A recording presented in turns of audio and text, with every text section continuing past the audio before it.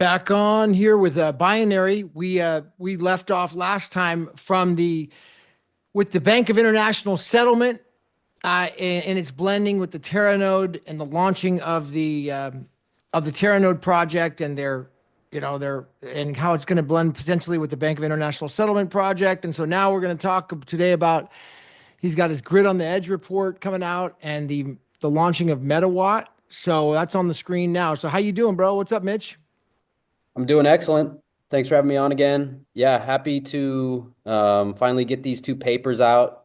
Obviously, Metawatt isn't released yet, but I did get the paper out. I'm pretty happy with where it's at, and as well as the grid on the edge report that finally got done. Initially, it was going to be a book, and then I realized, this thing's got to be much more pointed. Obviously, we both know that things are moving fast in the new administration, and so.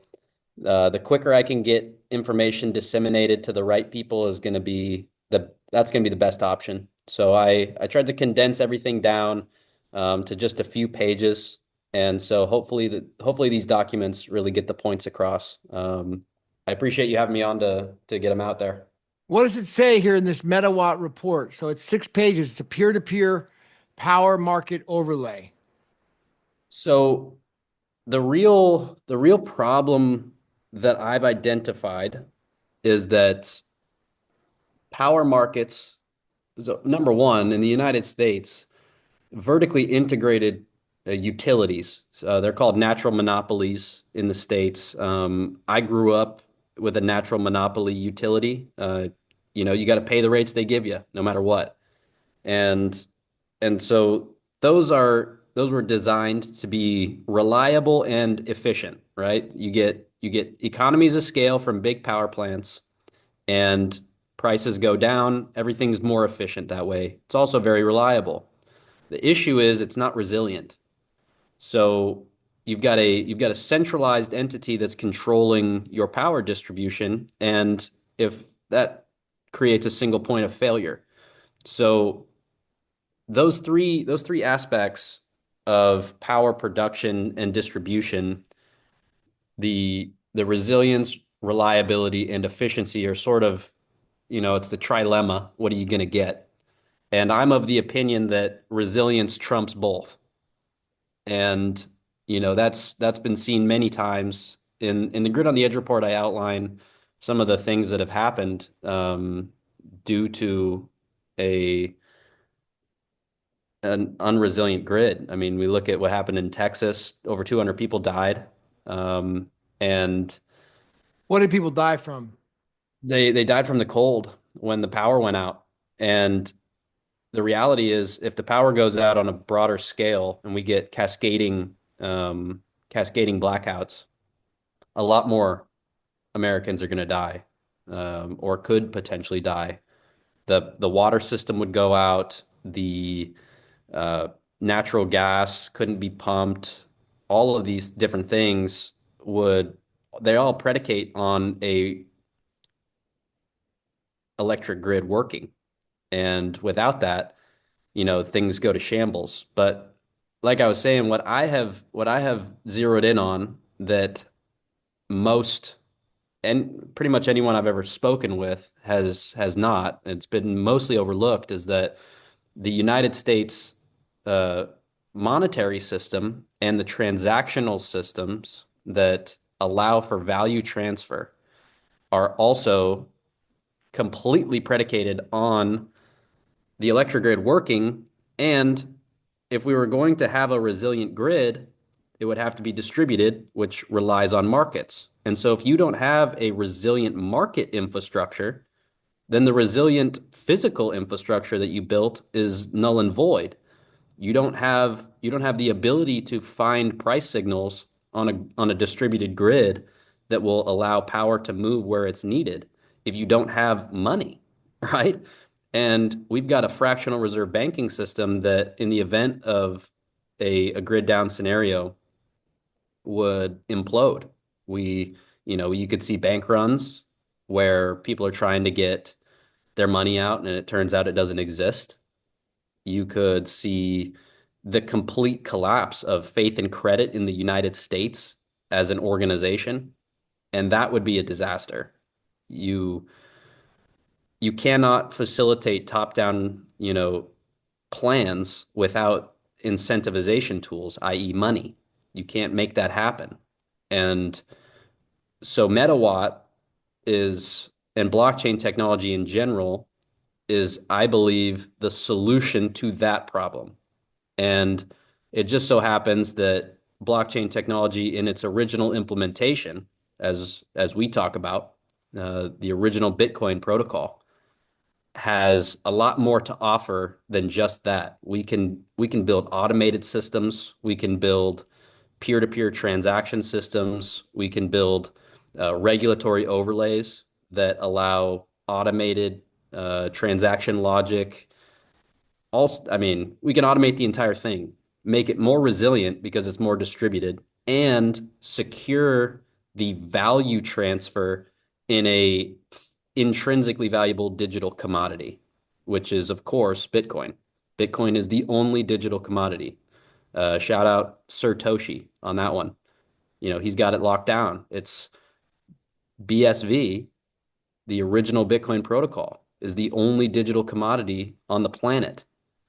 And if you're going to underpin markets, especially critical markets like power markets, you have to do it in something that can't just disappear. The value can't just disappear when the power goes out. So Bitcoin is a globally distributed digital commodity system that is very hard to kill. Uh, I think a lot of people have found that out the hard way. Yeah. Bitcoin is very hard to kill.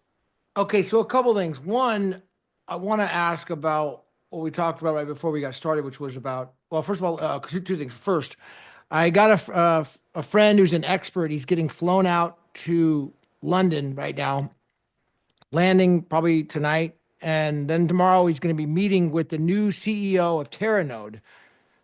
And they're going to be talking about, you know, expert stuff regarding this what we're looking at here with this Bitcoin, with the Bitcoin stuff regarding the engineering side and the computer science side. So we're going to be talking about that. And then you mentioned something about how it's patented. Can you go back into how, I guess I mean I don't understand exactly what you meant by that. Can you break that down? Yeah, well, some people think that other Bitcoin protocols can scale, or really any other blockchain. I'm of the opinion that it has to be a proof of work blockchain. If blockchain is going to work, it has to be proof of work consensus. And that a lot of things go into that, but mainly from an electric grid perspective, you have to have the connection between proof of work and the electric grid at scale. That's just sort of that's a necessity for me in terms of using a blockchain at scale. So if we're taking that as the critical factor, then scaling that system would require, you know, using something like Bitcoin or I guess original Ethereum, whatever other proof of work systems exist. And some people think that other Bitcoin networks can scale. That's just not So true. let me It's not that they can't scale, it's that they won't be allowed to. let me dovetail with that. It like two-part question. So the other part of this question here is like I had some shows in the past with guys who support BTC. Okay. And Greg Maxwell, he always trolls me and he calls me names. And then I have other people that are civil, that are friends of mine that support BTC.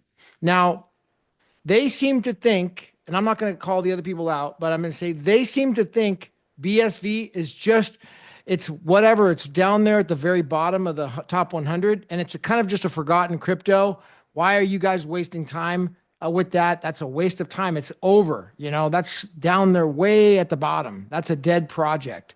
They seem to think that it's just another crypto. And can you talk about that? Is it just another crypto? I mean, it's the it's I guess you could say that it is just another crypto if you're using the classic term of crypto. Uh, the thing is that it's the only blockchain. So, okay, go have your crypto. You can have it. go have fun. Blockchain does a lot more than crypto could ever do. Blockchain can run every crypto that you think is valuable. Blockchain. Like I said, BSV is the only blockchain. Blockchain can run the entire electric grid. Crypto can't do that. Blockchain can. Yeah, so keep disregarding Bitcoin, blockchain. It's I'm sure that will work out for you.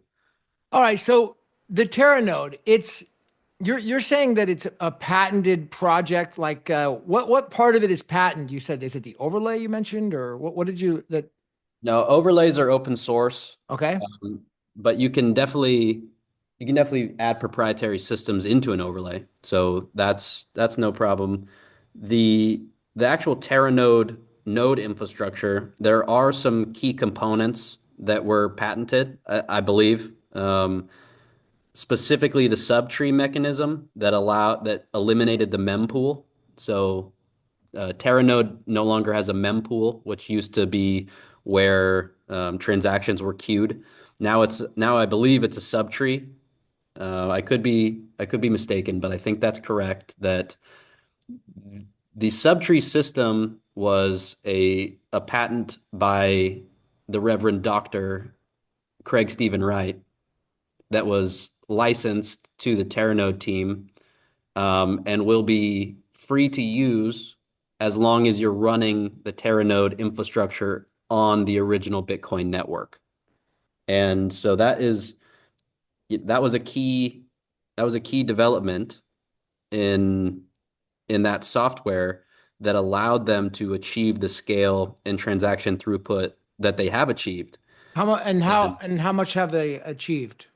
well, they've got the sustained million transactions per second, which is huge. It's more than we need now, but it eventually we'll need more. And so it's my understanding that um, Satoshi Nakamoto was betting pretty hard on Moore's Law to help with those things. Transaction like computers actually physically getting faster in the hardware, database is getting faster, those sorts of things. Then you've also got the vertical scaling that can come once we can start to, or yeah, horizontal scaling and then vertically scaling the specialized subsystems within nodes and overlays. That will allow even more scale. I'm not sure what they throttled the Teranode infrastructure that they have now to. It could be, upwards of 6, 7, 8 million transactions per second. I'm not sure.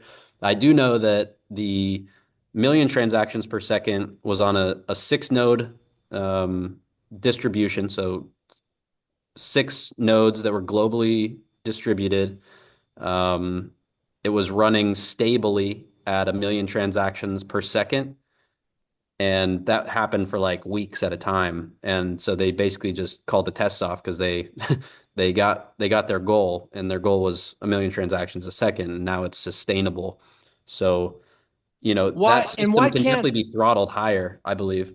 what so what's why can't MasterCard or one of these other guys just do the same thing on another network right now?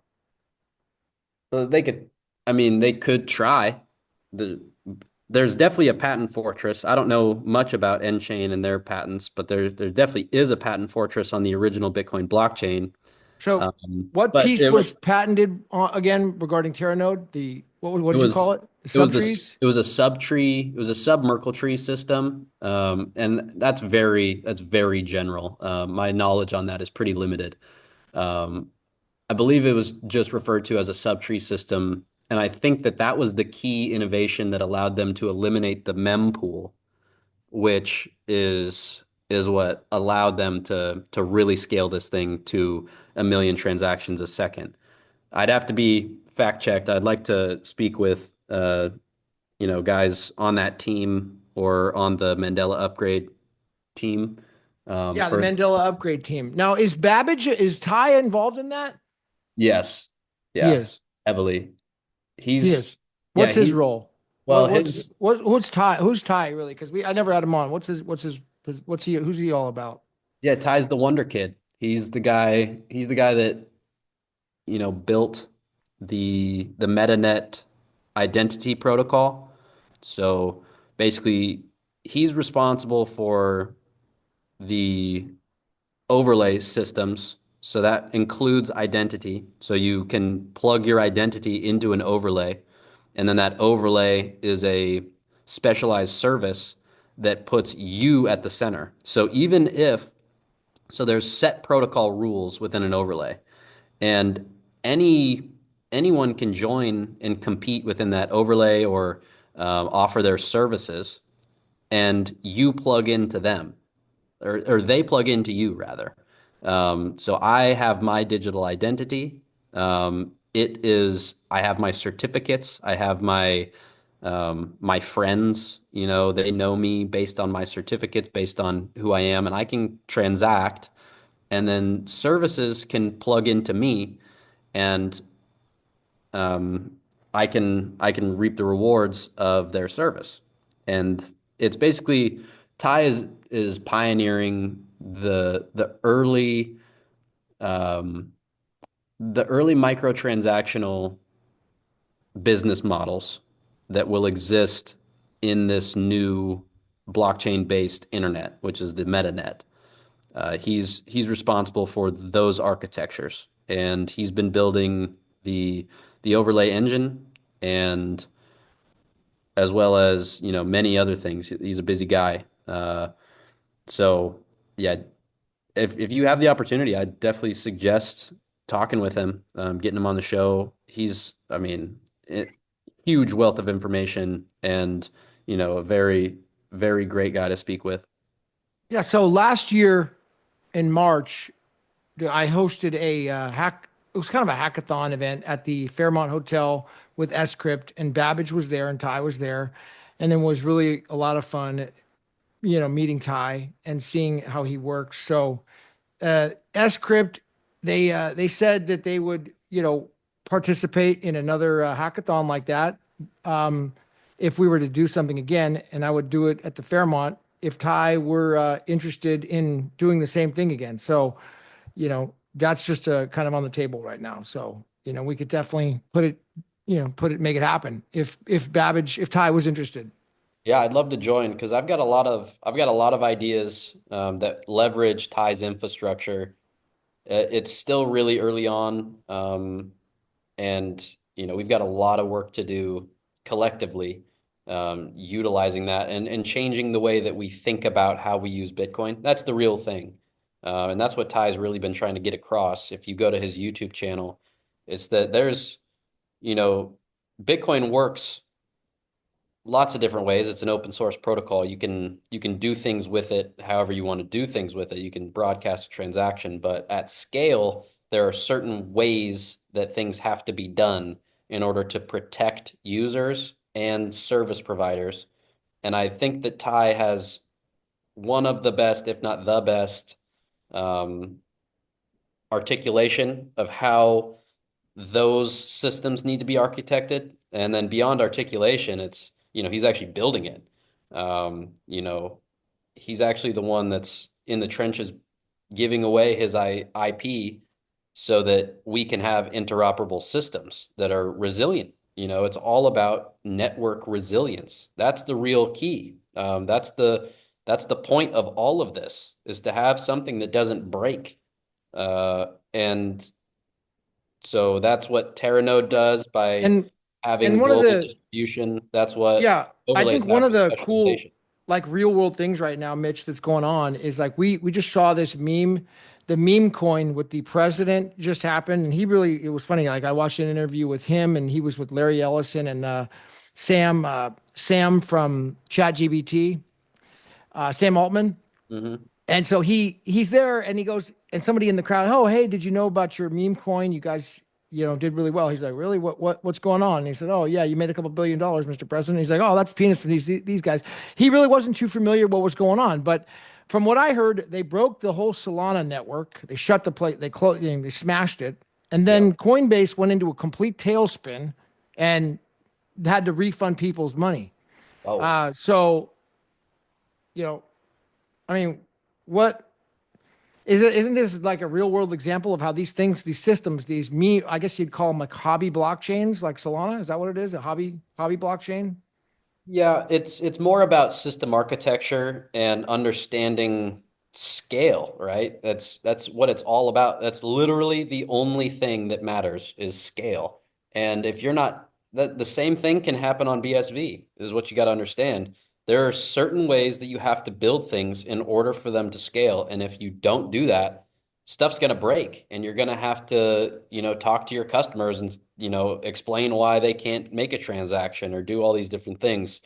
And so that's really, I mean, that's what I'm trying to educate on at the Blockchain Academy with the advanced courses is like there's a certain way that we have to do things now. We have the Mandela upgrade. We have this base layer infrastructure that gives us the blueprint for scalable systems. Now we can use it, we can leverage it to build scalable applications. And Right. so we need to understand that at a high level. And I don't know if most users of the network do. Certainly most application developers don't. It's brand new stuff. So, we're getting there. But Metawatt is definitely uh, going straight into the Mandela. Now, that's what that, if you look at the front, this image that's been on the screen here, that's the Mandela network. That's what Metawatt looks like.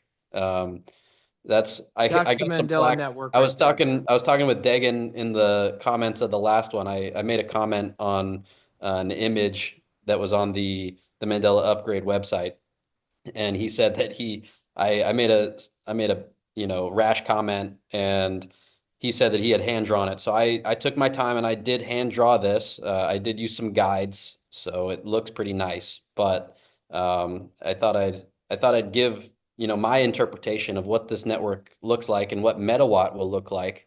It's overlays within overlays within overlays within overlays, Hmm. and you can set up these confederacies, as Ty would say, where Confederacies. yeah, that's what it was initially called. Because you can create, confederated networks of overlays where each overlay has, specific rules and they can transact and interact and share data, and everyone is compensated because there's distinct ownership of where that data came from within specific overlays. And on the electric grid, that is a completely transformative idea because you can actually allow for network distribution. Like, let's think about Enron, right? Enron in 2000 and 2001, Enron went into California and lobbied for total deregulation, and some people bought it.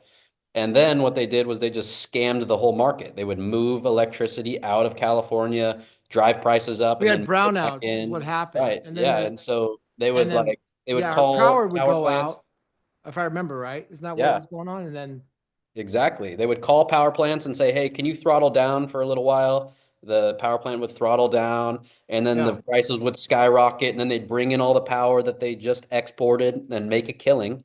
And, that's fraudulent behavior. And within a Bitcoin overlay, that is trackable. We can see them do that easily, instantly. It's not even hard.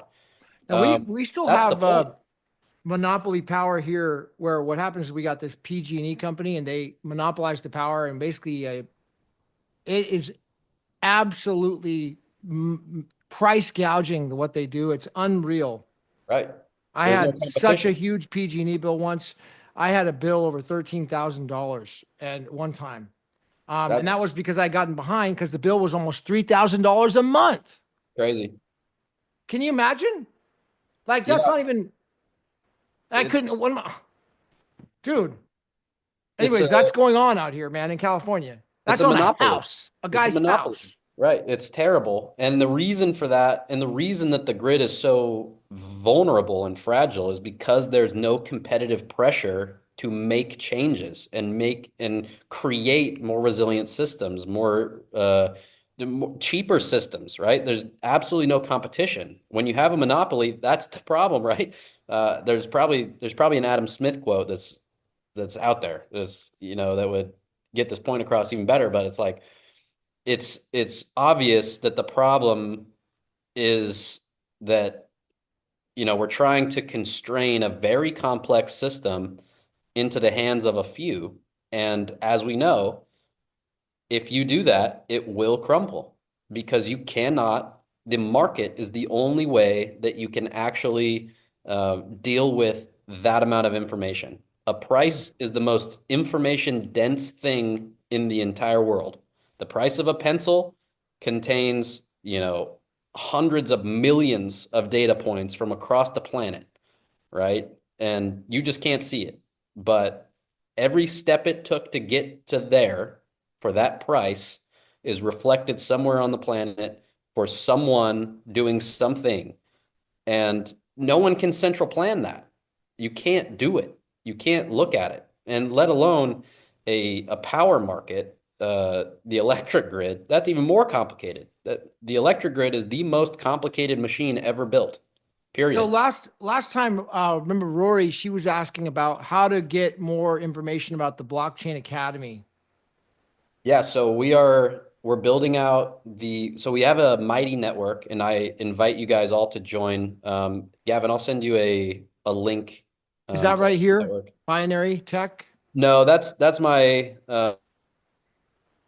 if you're interested in, learning more about the Mandela upgrade, or if you have some ideas, or are interested in MetaWatt, then hit me up on binary.tech. But the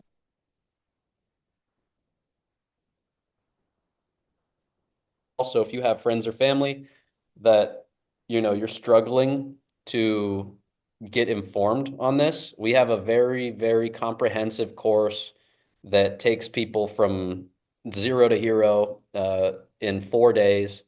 And Really? we've had, I mean, what we say is, we say, listen, we're going to teach you how to get genuine Bitcoin for less than 250,000, or $250 rather, or your money back. And no one ever asks for their money back because they understand exactly what this technology is supposed to do after So after we're what do done. people get? What is it you're offering exactly in the So thing? they get training to be a Bitcoin operator. An operator. And What's a so Bitcoin operator? someone that can use the system without losing their keys, without messing up. And because that's the real problem. Like, a little bit of Bitcoin knowledge is a dangerous amount of knowledge, right? We see that in BTC, we see that in BCH. All these people thought they had all the information, but it turned out to just be the tip of the iceberg. And now what do we have? We've got a $2 trillion bubble that's set to pop. Um, on top of that, you've got people who have lost their keys, and that's I know someone who he lost a lot of his BSV and but yeah, it might be the keys, but I'm not sure. So yeah. what do you say about those people? Is it So that's the main thing is like we need to have very solid operator training so that people understand exactly what they're getting, first of all, right? Because you can think about what happened in 2000, in the early days, 2008, 9, 10. People were getting into Bitcoin, but they had no idea what it was, first of all. So they didn't really care what happened to the keys. And it was just kind of whatever.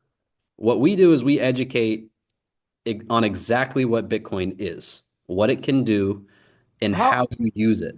And then once people understand that, then they understand what they're investing in. And then not only will they be more engaged in the operational security of using this network, which is still in its infancy, I will add. Um, it's not that easy to use. It's fairly easy. It's not that easy to so onboard. It's not that easy to make transactions. right now Security, people get we have nervous. yet to have the court define what Bitcoin is, and I'm wondering if you know what it is, how you would define Bitcoin if we could get the court to define it.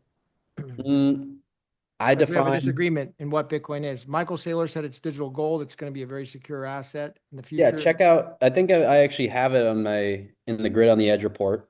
Okay. Under section 2, I go through a I go through a pretty comprehensive definition. It's really actually not that comprehensive. It's pretty obvious. Um, but it should clear things Part up. two, peer-to-peer cash.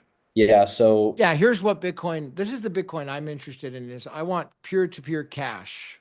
right.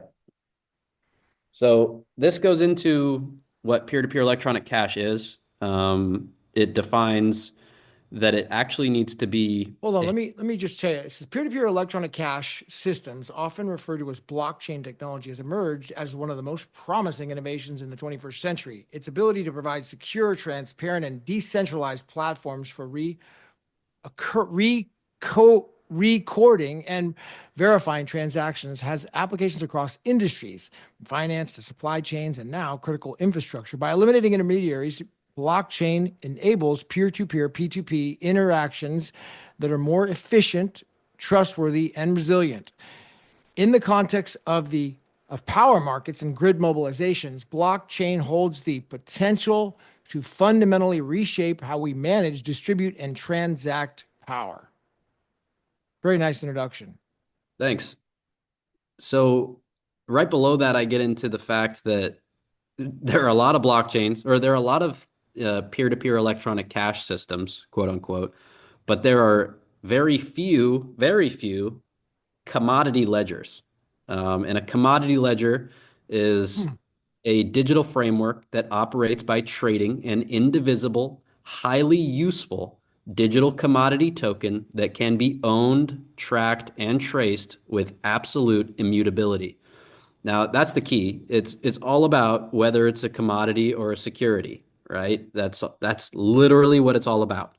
Um, so we've got the patented Satoshi five elements, right? If we scroll down, and I Oh, beautiful. We got key components of commodity ledger, fixed token supply. All right, that's super key. You got to have a fixed supply. If you change the supply like Ethereum does and XRP does, so I mean, I know that when I checked Ethereum last time, it's been a while, but they said supply unknown, and I saw the same problem with XRP. I didn't know that. Yeah, unknown. Yep. Yep. So fixed supply is key. It makes things stable. Then you've got the transparency and accountability, chain of digital signatures, so that there's common accountability. That's important, especially in power markets. You have to have common accountability and traceability. If you start obscuring this thing, it's completely useless for industrial applications. So we Then, got fixed supply, transparency, and accountability. Must be transparent because we need a receipt. I need to be able to show this happened, dude. I haven't shared this yet. I'm not going to show the parties, but this just recently happened. Okay, I was involved in. I got contacted by some people that they lost $600,000 U.S. dollars in the way of we'll say Bitcoin crash cryptocurrency. Okay, and it was like a hack. It was a hacker.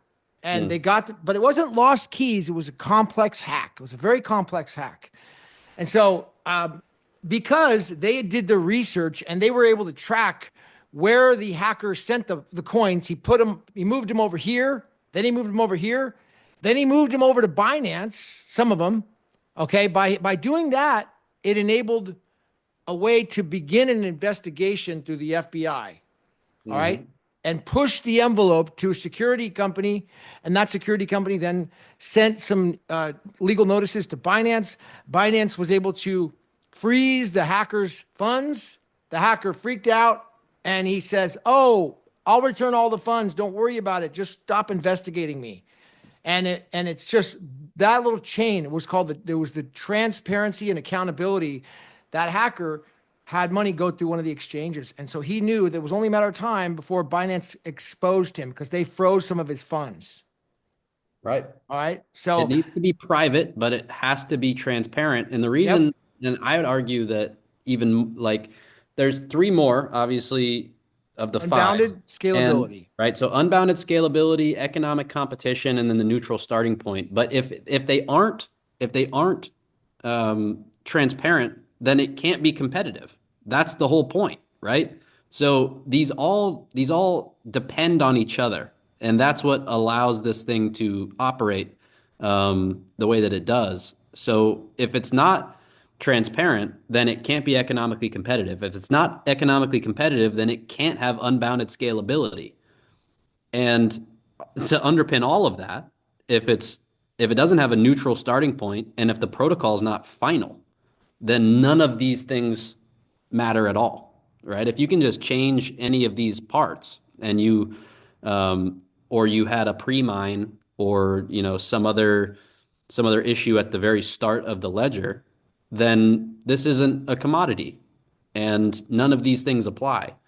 So that's really, that's as simple as it gets as far as a digital commodity goes. But to get back to your original question, I think if you scroll down a little bit more, there's a pretty simple definition of Bitcoin. When we When we refer refer, to yeah. Yeah, when we refer to Bitcoin, we are specifically describing the network of honest nodes and users explicitly outlined in the original white paper, Bitcoin, a peer-to-peer electronic cash system. It is important to note that while many networks and databases identify themselves as Bitcoin, not all adhere strictly to the protocols and principles defined in the white paper.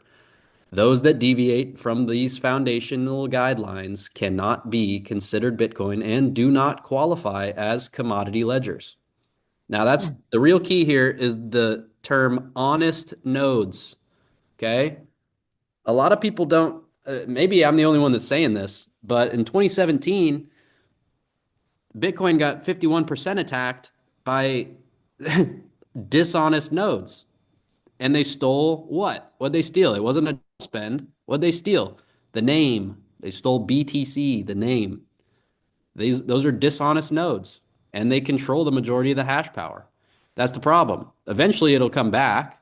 I think we can agree on that, but that's my interpretation of what happened here. Um, we have honest nodes that just don't hold 51% of the hash power, Hmm. and and that's why we have this mass confusion.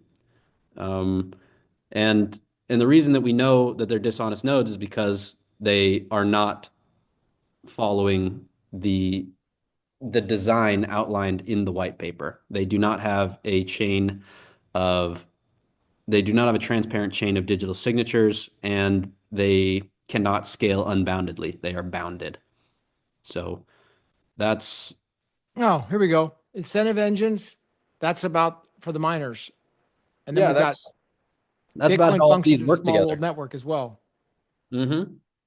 It's all about how those five things interplay and the incentive structures that are created out of it. And that's what allows this network to actually become the base layer of the new internet, the metanet. And that's what allows it to integrate with the power infrastructure and build a more resilient power infrastructure. And all of those five things have to be there, or else it's it's an irrelevant technology. So that would make just about everything other than Bitcoin irrelevant because it just doesn't have the incentives to move in the direction that we actually need, which is electronic cash um, that can transact immutably with minimal friction, so that we can have super resilient distributed markets. And nowhere is that more important than in the electric grid. So what can people expect here from MetaNet or, the come next here? We got this white paper that's coming out that's out now. So what can people expect? Well, I'm gonna be raising some money, and I'm gonna be bringing some people on. I'll be on different podcasts, doing as much as I can to get the ideas out there.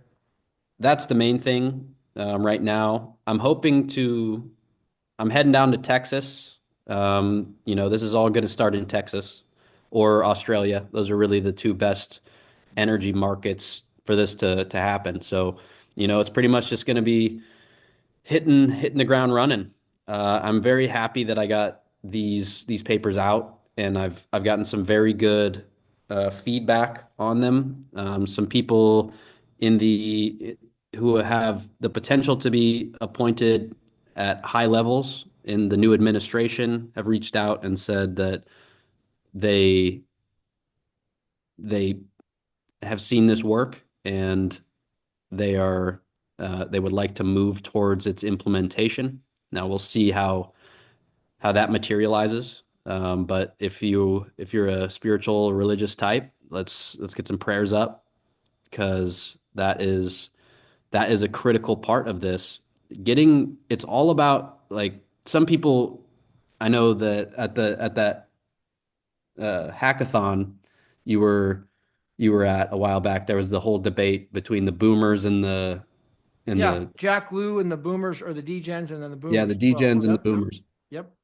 The reality is it's like we keep talking about it as plumbing because it needs to be plumbing. Not because not because that's some angle that we're trying to sell. It's because it needs to be plumbing. It needs to be. It has to be, or else Hmm. there is lives on the line if this is not implemented. We are at a crossroads where we have to move towards the distributed decentralized options, and this is the only one. It's not about degens versus boomers. It's about saving lives and making our infrastructure future proof so that the Yeah. degens can have, can have fun in the sun, right? We got to get down to real work. And the real work is putting this in place before, any number of things could happen. Um, you Dude, know, we're at a critical time, man. And like I would say, I've done a couple videos on this, but I mean, ultimately, I want to just comment here about what's going on with this new administration because uh, honestly, dude, I've been the guy who gave up my voter registration a long time ago and kind of like said this is a scam. And I've seen it. It's like these parties are both a scam. I thought when I saw the corruption and and so. Trust me, I'm with all those people, dude, that have all thinks that. But I will say I haven't commented on it too much, but he issued an executive order, all right, just recently, making the cartels marketing them as terrorists.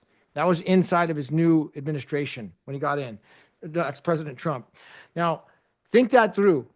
Who's bribing him? Who's on the bribe and on the take to market the Mexican to make the Mexican cartels terrorists? Who's how does that who's bribed him to do that? Because it's all about, oh, he's being bribed by someone, right? That's the whole thing. He's doing someone else's bidding. Who?